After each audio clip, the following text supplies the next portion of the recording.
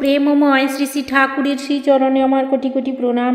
শ্রী শ্রী বড়মার শ্রীচরণে আমার কোটি কোটি প্রণাম। শ্রী শ্রী বরদার শ্রীচরণে আমার কোটি কোটি প্রণাম। শ্রী শ্রী আচার্যদেবের শ্রীচরণে আমার কোটি কোটি প্রণাম। ঠাকুর পরিবারের প্রত্যেকের চরণে আমার কোটি কোটি প্রণাম। আজকে আমি আলোচনা করব আচার্যদেবের অন্তর্যামিত্ব নিয়ে।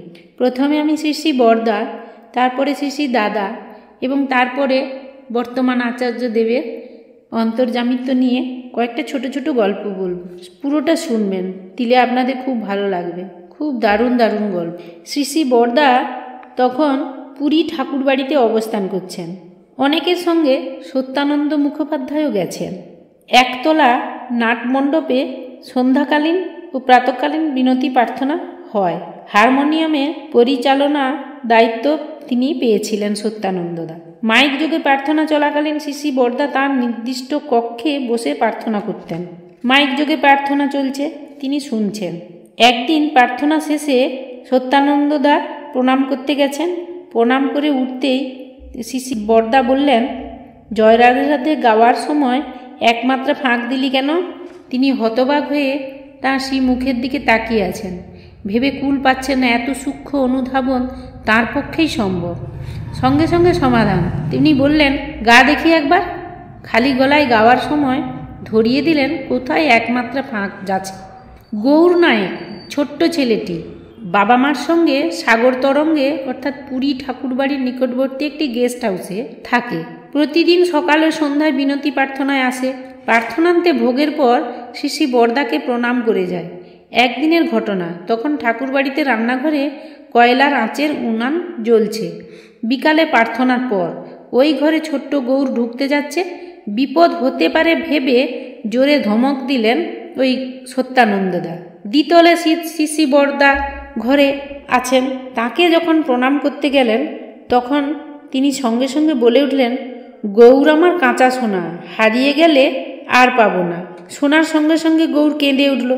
এই বলে মানুদা আমায় বকেছে। সত্যানন্দদার ডাক নাম ছিল মানুদা। শ্রী শ্রী বরদা তখন মানুদাকে ধমক দিলেন এবং বরে বললেন, ওর মনে আঘাত দিলি কেন? তাই তো ও কাঁদল। আজ থেকে 20 বছর পরেও ওর সঙ্গে যখন তোর দেখা হবে দেখবি এ দিনটার কথাও ভুলবে না, ঠিক মনে রাখবে। তো শুনে সত্যানন্দরা অনুতপ্ত হলেন। আশ্চর্যের বিষয়, দীর্ঘদিন পর গৌর নায়েক বেশ বড় হয়েছে, দেওঘরে চলে এসেছে, শ্রী শ্রী দাদার কাছে থাকছে। যখন সত্যানন্দদার সঙ্গে দেখা হলো তখন সে গৌর নায়েকদা বলছে, আপনি আমাকে পুরীতে রান্নাঘরে বকেছিলেন, আমি কেঁদেছিলাম।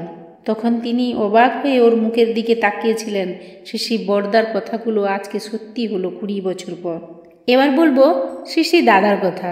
শ্রী শ্রী দাদা তখন ঠাকুর বাংলার গেটের সামনে স্বস্তি পরিবেশনীর দোকানের সামনে সন্ধ্যার পর চেয়ারে বসে আছেন। পরনে গেঞ্জি পাজামা, কয়েকজনের সঙ্গে কথা বলছেন। সত্যানন্দদা প্রণাম করে দাঁড়িয়ে আছেন সেখানে। একজনকে সমস্যার সমাধান দিচ্ছেন শ্রী শ্রী দাদা। শ্রী শ্রী দাদা বলছেন, মনের কথা শুনতে নেই, বিবেকের কথা শুনতে হয়। তখন সত্যানন্দদা পাশ থেকে বলছেন, মন আর বিবেক তফাৎ বুঝবো কি করে? শ্রী শ্রী দাদা বললেন, ধর সিনেমা দেখতে যাবার ইচ্ছা হলো, তখন দুটো ঘন্টা বাজতে থাকে, একটা আস্তে একটা জোরে, একটা মনের অন্যটা বিবেকের। শ্রী শ্রী ঠাকুরের নীতি ঠিক অনুশীলন করলে বিবেকের ঘন্টা জোরে বাজে আর বলে দেবে করণীয় কি, সেটা ধরে চলতে হয়। এইসব কথা তিনি বলেই চলেছেন, যেন কোনো ক্লান্তি নেই। তখন সত্যানন্দদার মনে হয়েছিল যেন এক বিরাট ছত্রছায়া এসে তিনি দাঁড়িয়েছেন। আবার একবার সত্যানন্দদার মেয়ের 5 বছর বয়স। তা সত্যানন্দদার শাশুড়ি একজন নামকরা জ্যোতিষীর কাছে ঠিকুজি করিয়েছেন। তাতে লেখা আছে, মেয়ে 8 বছর বয়সে মৃত্যুযোগ, এর হাত থেকে রেহাই পেতে পারে না। যদি পেতে হয় তাহলে মহামৃত্যুঞ্জয় কবচ ধারণ করতে হবে এবং যাগযজ্ঞাদি করতে হবে। মেয়েকে দেখলেই তার শাশুড়ি মাতা জ্ঞান হারাচ্ছেন। সকলের মন খুব খারাপ। খবর পেলেন শ্রী শ্রী দাদা কলকাতায় ষোড়শী ভবনে অবস্থান করছেন। তাকেই সব নিবেদন করবেন বলে তিনি মেয়েকে সঙ্গে নিয়ে সেখানে গেলেন। কলকাতায় এসে শ্রী শ্রী দাদার কাছে গেলেন। তার থাকার ঘরে বসে আছেন তিনি বিছানায়। সত্যানন্দদা গিয়ে প্রণাম নিবেদন করলেন, শুধু বললেন, মেয়ের হাতে খড়ি দেওয়ার প্রার্থনা জানালেন। শান্ত স্বরে শ্রী শ্রী দাদা বলতে লাগলেন, উপরে যা, ওখানে বিঙ্কি আছে, ও হাতে খড়ি দেবে। আর তোর মেয়ের দীক্ষার বয়স হলে ঋত্বিক কিন্তু বিঙ্কিই হবে। তখন সত্যানন্দদা বাকরুদ্ধ হয়ে গেলেন। তিনি শুধু শুনছেন। যার 8 বছর বয়সে মৃত্যুযোগ, সে 12 বছর বয়সে দীক্ষা নেবে। আবার ঋত্বিকও ঠিক হয়ে গেল, তিনি স্বয়ং পূজনীয় বিঙ্কি দাদা। তাই তিনি ভাবছেন যে এখানেই তো তার মৃত্যুযোগ কেটে গেল। তখনই সত্যানন্দদা শ্রী শ্রী দাদাকে জ্যোতিষীর কথা বললেন। দাদা তখন হেসে উঠলেন, বললেন, যা, ওসব কিছু না।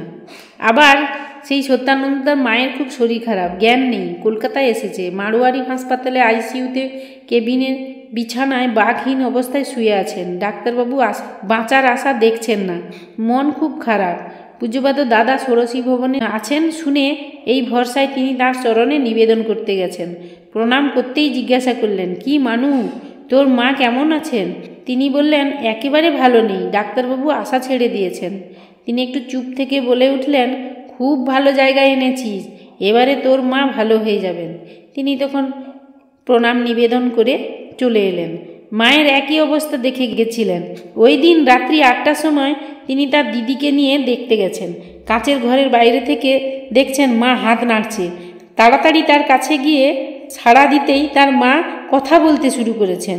আমি এখন এখানে কেন, কে এখানে নিয়ে এসছে, কখন এলাম, ইত্যাদি। তখন তিনি নার্সকে ডাকলেন। নার্স ছুটে এসেছেন। কথা বলতে দেখে তিনিও অবাক। সঙ্গে সঙ্গে ডাক্তারবাবুকে ডাকলেন। তিনি এসে দেখলেন যে তার মা সুস্থ হয়ে গেছেন এবং কথা বলছেন। এবং তিনি নার্স বলছেন, আপনার মা ভগবানের দয়ায় বেঁচে গেছেন এ যাত্রায়। তার বোধের সঙ্গে অন্তর্যামী শ্রী শ্রী দাদার আশীর্বাদ মিলে গেল। শ্রী শ্রী দাদা বলেছিলেন ভালো হয়ে যাবে, আর তার মা তাই সত্যি ভালো হয়ে গেল। আবার বর্তমান আচার্যদেবের একটা গল্প বলছি। জুলাই কনফারেন্সের পর একদিনের জন্য দেওঘরে গেছেন। সঙ্গে আছেন তার পরিচিত গুরুভাই মানিক দাস দা। আসানসোলে থাকেন তিনি চাকরি সূত্রে। কানের পাশে একটি টিউমার বেশ দীর্ঘদিন যাবৎ আছে। ডাক্তারবাবুদের পরামর্শ অপারেশন করে নেওয়াই ভালো। ভয় পাচ্ছেন মানিকদা। তিনি তখন সেই সত্যানন্দদার সঙ্গে দেওঘরে এসেছেন নিবেদন করতে। বিকালে বিনতি প্রার্থনার পর পূজনীয় বাবাই দাদা ষোড়শী ভবনে ফিরে এসে শ্রী শ্রী দাদার কক্ষে যাবার সিঁড়িতে উঠছেন। তখন সত্যানন্দদা সেইখানে দাঁড়িয়ে তখনই শ্রী শ্রী বাবাইদাকে নিবেদন করলেন। তিনি তখন ঘুরে দাঁড়িয়ে বললেন, ও কিছু হবে না, স্বপনদাকে একবার দেখাবেন। ডাক্তার স্বপন বিশ্বাসও তার ওই কথার গুরুত্ব দিয়ে ভিন্ন কোনো মতামত দিলেন না। 1 মাস পরে দেখা গেল সকালে কানের পাশে চুলকাচ্ছে দেখে মানিকদা হাত দিয়ে দেখলেন টিউমারটি থেকে রস বেরোচ্ছে। চাপ দিতে রস বেরিয়ে সেটি আস্তে আস্তে আবার মিলিয়েও গেল। কয়েকদিন পরে একদম ভালো হয়ে গেল। ডাক্তারবাবু যিনি আগে দেখেছেন তিনিও অবাক, বললেন, যাক, অপারেশন থেকে বেঁচে গেলেন। বর্তমান আচার্যদেবের কথা সেদিন অক্ষরে অক্ষরে ফলেছিল। তিনি বলেছিলেন ভালো হয়ে যাবে, তিনি ভালোও হয়ে গেলেন। পূজার সময় দেওঘরে আছেন। কৃপাসিন্ধুদা স্বস্তি সেবক পত্রিকার লেখা লিখতে বললেন। সে সময় তাকে ঘাড় নেড়ে সায় দিলেও সত্যানন্দদা মনে মনে ভাবলেন, পূজনীয় বাবাই দাদা যদি কোনোদিন নির্দেশ করেন লিখতে, তখন লিখব, কারণ লেখার অভ্যেস তো নেই, তার আশীর্বাদ ছাড়া লেখা সম্ভব নয়। এই কথা তিনি মনে মনে ভেবেছেন, কিন্তু কৃপাসিন্ধুদাকে ঘাড় নেড়ে সম্মতি জানিয়েছেন। এবার পূজ্যপাদ আচার্যদেবের শুভ জন্মতিথিতে তিনি এসেছেন। এসে তিথির দিন সকালে পূজনীয় বাবাই দাদা তার নির্দিষ্ট আসনে বসেছেন। ভক্তমণ্ডলীর প্রণাম নিবেদন চলছে। বেশ ভিড়। অদূরে দাঁড়িয়েছিলেন তিনি। হঠাৎই পবিত্র দাসদা ছুটে এসে জানালেন যে সত্যানন্দদাকে পূজনীয় বাবাই দাদা ডাকছেন। তিনি তখন কাছে গেলেন, যেতেই বললেন, মানুদা, আলোচনায় একটা লেখা দেবেন তো? তখন তিনি আজ্ঞে বলে বাকরহিত হয়ে পড়লেন। ভাবলেন, এও কি সম্ভব? আমি মনে মনে বললাম, আর তিনি অন্তর্যামী আমার মনের কথা বুঝিয়ে আমাকে বললেন, এবং তিনি আনন্দে আবার তখন লেখা শুরু করলেন, কারণ তার আশীর্বাদ পেয়ে গেছে। এটাই তার ইচ্ছা ছিল যে তিনি যেন আশীর্বাদ করেন, আর তিনি আশীর্বাদ করলেন এবং তিনি লিখলেন। এইভাবে আমরা দেখি যে শ্রী ঠাকুরের যে এই আচার্য পরম্পরা, এটা সত্যিই আমাদের সবার জীবনে একটা মহা আশীর্বাদ, যা আমরা কখনোই ভুলতে পারবো না। এবং আমরা যারা দীক্ষা নিয়েছি তারা সবাই জানি এই আচার্য পরম্পরার মধ্যে আমাদের সমস্ত কিছু আনন্দ আছে সেখানেই। যাই হোক, আপনারা সবাই ভালো থাকবেন। সবাইকে আমার জয়গুরু জানিয়ে এখানেই শেষ করছি।